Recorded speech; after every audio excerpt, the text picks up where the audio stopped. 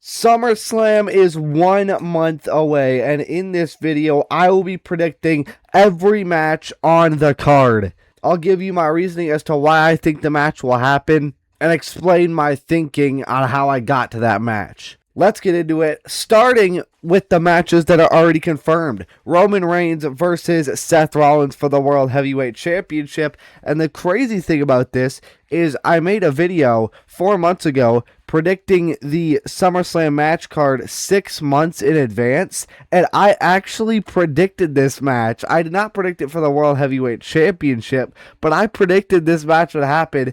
And that's a pretty crazy call, I feel like. I cannot wait for this match. It makes sense because of like what Seth Rollins said. You guys, they're both at the end of their careers. They're not going to have many more opportunities to do this. Then we have Brock Lesnar versus Oba Femi in a Hell in a Cell. I made the video back in like February or something, so there was no way I was predicting this. There's no way I was predicting that Oba Femi would get this big of a push. There's no way I could have predicted a fake retirement. But I am so glad that this is happening, and I think there is a chance that Brock does squash Sammy and they make this for the WWE title. Then we have Liv versus Io for the Women's World Championship. However, I predict that Stephanie will get added to this, Stephanie Vaquer, to make it a triple threat match. Because yes, Liv versus Io could be a good match, but it would be a lot more interesting if they add Stephanie. Now, the first match that I made is Rhea Ripley versus Charlotte Flair versus Jade Cargill for the WWE Women's Championship. Now, I think we're destined to get Jade Cargill versus Charlotte Flair in some way, shape, or form at SummerSlam. However, I think it will be in a triple threat. What I think they should do is do Charlotte versus Jade, and then do a separate match between Rhea and JC Jane for the WWE Women's Championship and have JC Jane win. I think that would be a lot cooler. I think it would allow Jade and Charlotte to just finally have their big one-on-one match that they've been building for 2 or 3 years, and then it would also create a huge new star in JC Jane. However, the reason that I don't think WWE is going to do that is because after like their first month on the main roster, WWE just stopped caring about Fatal Influence because I don't think they expected them to be so good. And to get so much crowd reaction, such loud crowd reactions, I just don't think they saw it coming, so they didn't know what to do. So they just relegated them to the tag team division for some reason, including JC Jane, which doesn't make any sense because she's not a tag team wrestler. But yeah, I don't trust WWE to do that, so I think they're just going to throw them into a triple threat, assuming that Rhea gets back in time for SummerSlam, which I really hope she does. We have 1 month until SummerSlam, so hopefully she's able to come back in time. Because not having Rhea Ripley on the card, but also not having the WWE Women's Championship on the card would be really bad. And I also just really want to see Rhea Ripley. And if this match does happen, I think that Jade should probably win. I think Rhea winning would be just fine. I don't really want to see Charlotte win this just because she still wins too much. And I don't want her in this picture. Well, I should say I don't want her as champion, really. And I feel like Jade didn't get her fair shake the first time she had the title because WWE didn't care about her, or the Women's WWE Championship division. So I would love to see Jade get a new proper run, especially now that she's so much better in the ring. Then I predicted a tag team match between LA Knight, teaming up with Solo Sikoa, going up against Jimmy Uso and Jacob Fatu. I could see this being a 6-man tag with Drew on the right side and Jay on the left side, or possibly have Royce Keys instead of Drew, but I have Jay in a different match, which I'll get into later. I think eventually LA Knight will end up teaming with Solo, even though I feel like for his character, it really, even if the numbers game is getting to him, it really doesn't make sense for his character to team up with Solo because he has never been the type of guy to team up with others He wants to do everything on his own, but also he hates the bloodline. And Solo, even if he's not in the faction, is a part of the bloodline. So I don't understand. I like, this doesn't make sense, but I don't think WWE cares. I think they're just going the basic route of eventually the numbers game getting to LA Knight. Solo keeps helping him, and then eventually he teams up with him. What I could also see is this match happening at Saturday Night's main event in MSG, the PLE before SummerSlam, and then just Jay versus LA Knight, at SummerSlam. But I think the tag match will ultimately happen here. Then we have a match between Sorry, my mic cut out there. Gunther and Nick Aldis, who is currently on administrative leave, which I feel like very much opens up the opportunity for him to come back as a wrestler. Gunther, he's out of the WWE title picture. He's officially on SmackDown. What else is he going to do on SmackDown? The fall off, if this match happens, which it's looking very likely. They got physical after Night of Champions with each other. So if this happens, the fall off is crazy.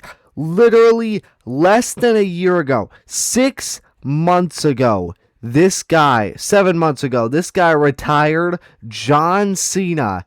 7 months later, he's wrestling a general manager. No offense to Nick Aldis, but Gunther, the fall off is absolutely embarrassing, but I cannot say that I didn't see it coming, because WWE backed themselves into a corner by calling him the career killer and making his entire character the career killer, but also making him look like a complete idiot in the Cody and Gunther feud. And I don't even, Gunther looked even more stupid because he was complaining to Nick Aldis after Night of Champions that Nick Aldis screwed him. He didn't give an explanation how or why. He just said, "You screwed me! You screwed me! I should have won!" Which, Nick Aldis didn't even book the Night of Champions match. Nick Aldis he didn't get involved. Gunther lost to Cody and Sammy completely clean, and then goes to Nick Aldis and complains about how he screwed him. It makes no sense. He just looks so stupid. But Nick Aldis is 39, a year or two older than Gunther, or if maybe he's 40, I'm not sure, but he could absolutely still go, and honestly, this match would probably be entertaining. And Gunther has been in this situation before. He wrestled Pat McAfee, who's a commentator, so you can't tell me you don't see this happening. I know it's rumored that Drew McIntyre won't return in time for SummerSlam, but I'm just throwing this out there. I don't know what else I would do with Braun Breaker, which is a crazy thing to say. But, him tag teaming with Austin Theory is bad. I have no clue what they are going to do with him. And I don't know what Drew would do either. So I just kind of threw them together in a match. And this match would absolutely bang. I would love to see this match. I think it would be super entertaining. And it would be a good way to get Braun Breaker a win after losing to Seth Rollins. Because losing to Seth Rollins, it did hurt him a little bit. So kind of just two guys that I don't know what to do with, so I threw them together. Then we have a fatal 5-way between Sami Zayn, Cody Rhodes, Jey Uso, CM Punk, and Randall Keith Orton for the undisputed WWE Championship. So in this, I predict that Sami will keep the title until SummerSlam. I know some people think Brock might squash him and take the title so that Oba doesn't have to delay his King of the Ring shot, which I think would just be really, really stupid. I could see WWE doing it, but it would be stupid because why would Oba waste his King of the Ring title opportunity on Brock if he's already going to be facing Brock anyway? He could probably just make it for the title without having to use his King of the Ring shot. Now, Cody Rhodes, I put him in here because I feel like his feud with Sami Zayn should be over. However, now that he doesn't have the title, he can't really face Punk or Orton, especially not Randy Orton, because their entire feud is about the title. Unfortunately, WWE made it that way. And the last time CM Punk and Cody interacted, Cody said, anytime you want a shot at this title, come after it, making that feud about the title. So WWE is seeming to have a problem with forcing storylines to require the title, which is not a good thing. I don't know what else CM Punk would do. I don't know what else Randy Orton would do. And Jay already said he's coming to SmackDown to go after Sami Zayn. So this will make a lot of sense, and I feel like this could be a really good match. And if this match happens, there is absolutely no way Sami is keeping the title. I don't think there's really an available option for a singles match with Sami Zayn that is better than this for the undisputed WWE Championship. So I figured throw all the people in contention, just take them all, put them into one match, and you got yourself a pretty solid 5-way. Pause. Next, an intercontinental title match between Penta, the champion, and the challenger, Chad Gable. I could see this being a ladder match with a lot more people, but I just predict that it'll be straight up Chad Gable versus Penta. Hopefully, WWE doesn't overthink this. They just do the right thing. Chad Gable versus Penta makes all the sense in the world. It would be picture perfect. Chad Gable in his hometown getting a win, winning the IC title, his first singles title. The crowd's going to be super behind him. Going from hating luchadors, wearing the mask, impersonating Lucha Libre and mocking it, all the way coming full circle, getting the respect of Penta, getting a title shot, and winning it off of a luchador with a nice handshake after the match or something. It would be so perfect. He's already apologized to Penta. Hopefully, this Alpha Academy feud ends soon, and then he just moves on to Penta. Then a women's intercontinental championship match. Now, this one might be a little bit ambitious, but tell me this match would not be absolutely insane. Soruka versus Raquel Rodriguez versus Becky Lynch versus Roxanne Perez versus Lyra Valkyria versus Tatum Paxley. So I was originally thinking it would just probably be Becky versus Sol for the title. Sol would win, cement herself as champion, but Raquel Rodriguez is gunning after the title now. Lyra Valkyria with her new heel character. She could move on from Bayley in the next couple weeks, go right after Soruka's title. Probably have a lot of momentum. Her WWE seems to actually be putting effort into Lyra's heel character. I don't want to get too happy too soon, but it seems like they're actually putting effort into her, which is good. She's got a whole new persona. She's got new hair, everything. And hopefully that effort continues. And Tatum Paxley, heavily rumored to get called up very soon. She's been ready to get called up for like a year. Seemingly is starting a feud with Nikki Blackheart. Maybe she just puts her over and then ditches NXT. And it was rumored earlier in the year that there was going to be another major talent sweep in the summer months from NXT. So I mean, Tatum Paxley is like number one on the list for any NXT call-up. Her character's so good. Her in-ring is fantastic. Just everything about her screams main roster ready. So, really hoping they pull the trigger on this. She's done about everything there is to do in NXT. Won the Women's North American title. Won the Women's NXT title. She's done everything. Roxanne Perez, hopefully by this point, I envision her leaving the Judgment Day and competing in this match as a babyface, which would be pretty cool. So, and, Raquel already calling her shot at the IC title. Liv said, hey, you're going to go after the Intercontinental Championship in Soruka. So, I assume she is going to be doing that. And Soruka, being the goody two-shoes babyface she is, will probably just be dishing out title shots, and everybody will want a title shot, and she'll just make a ladder match at SummerSlam. I really hope this is a ladder match, because we were all kind of disappointed, I think, when they didn't make the Fatal 4-Way Women's Tag match at WrestleMania a ladder match. And you don't see women's ladder matches too often except the Money in the Bank matches every year. But when the women's ladder matches do happen, they absolutely bang. So, I mean, this would be just an absolutely insane match. I don't think it would be like the Penta IC title match at WrestleMania 41 or 42, but it would be an absolute heater. Then a match for the Women's United States Championship between Tiffany Stratton, the champion, Julia, and Blake Monroe. Ideally, Julia, with her new babyface turn after a feud with Kiana James, seeming like she's going to feud with Blake Monroe. I was hoping she would go over to Raw, but it doesn't look like she's going to.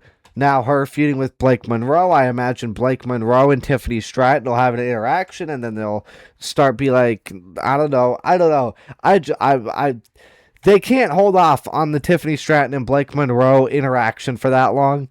I know some people might get nightmares from Julia's first 2 U.S. title runs, but, you know, maybe it'll be different if she's a babyface, which I would want Julia to win. Unless she's going over to Raw, I would want Julia to win this. With the star power of Tiffany Stratton and Blake Monroe, I feel like this has a chance at getting on another PLE card. And I don't think it's very likely that they leave Tiffy off the card. Hopefully, knock on wood. Well, y'all wait. I can make some sick beats. That was terrible. Okay, I'm done. But I don't see them leaving her off the card, hopefully, because she is also from Minnesota, like Chad Gable. And her being from Minnesota, combined with her being a champion, even if it is, like, the least valuable title in WWE's eyes, hopefully that means she is not left off the card, because she is way too talented to be left off the card. And so are these other 2 ladies. Then we have a Men's United States Championship match between Trick Williams, Carmelo Hayes, and Ricky Saints. We already know that all 3 are both Melo and Ricky are in the U.S. title picture. They had a number 1 contenders match. Ricky won it, faced Trick at Night of Champions, and Trick retained. I think Melo will be able to get another title shot just because of his history with Trick Williams, maybe rage baiting him, doing whatever he needs to get a title shot. Especially since Ricky Saints did not win clean in their number 1 contenders match. That just screams to me that it's going to come back to bite him and that we're going to get a rematch. And another thing that shows me that they're going for this is that after Trick retained at Night of Champions, he was attacked by Lil Yachty and Trick Williams. Likely meaning that they're continuing their feud. They never settled the score between Melo and Trick, so put all 3 of them in a match. It makes all the sense in the world, and this match would be amazing, as like everybody here has great chemistry with one another, maybe except Melo and Ricky. This is another case where I kind of didn't know where these 2 could fit in, so I just threw them together. AJ Lee versus Bayley. AJ Lee said, I believe when she was Intercontinental Champion, I believe she said one of the people she wanted to face was Bayley. And yes, they had a match, but I want to see it on a bigger stage. These 2 could put on a really good match.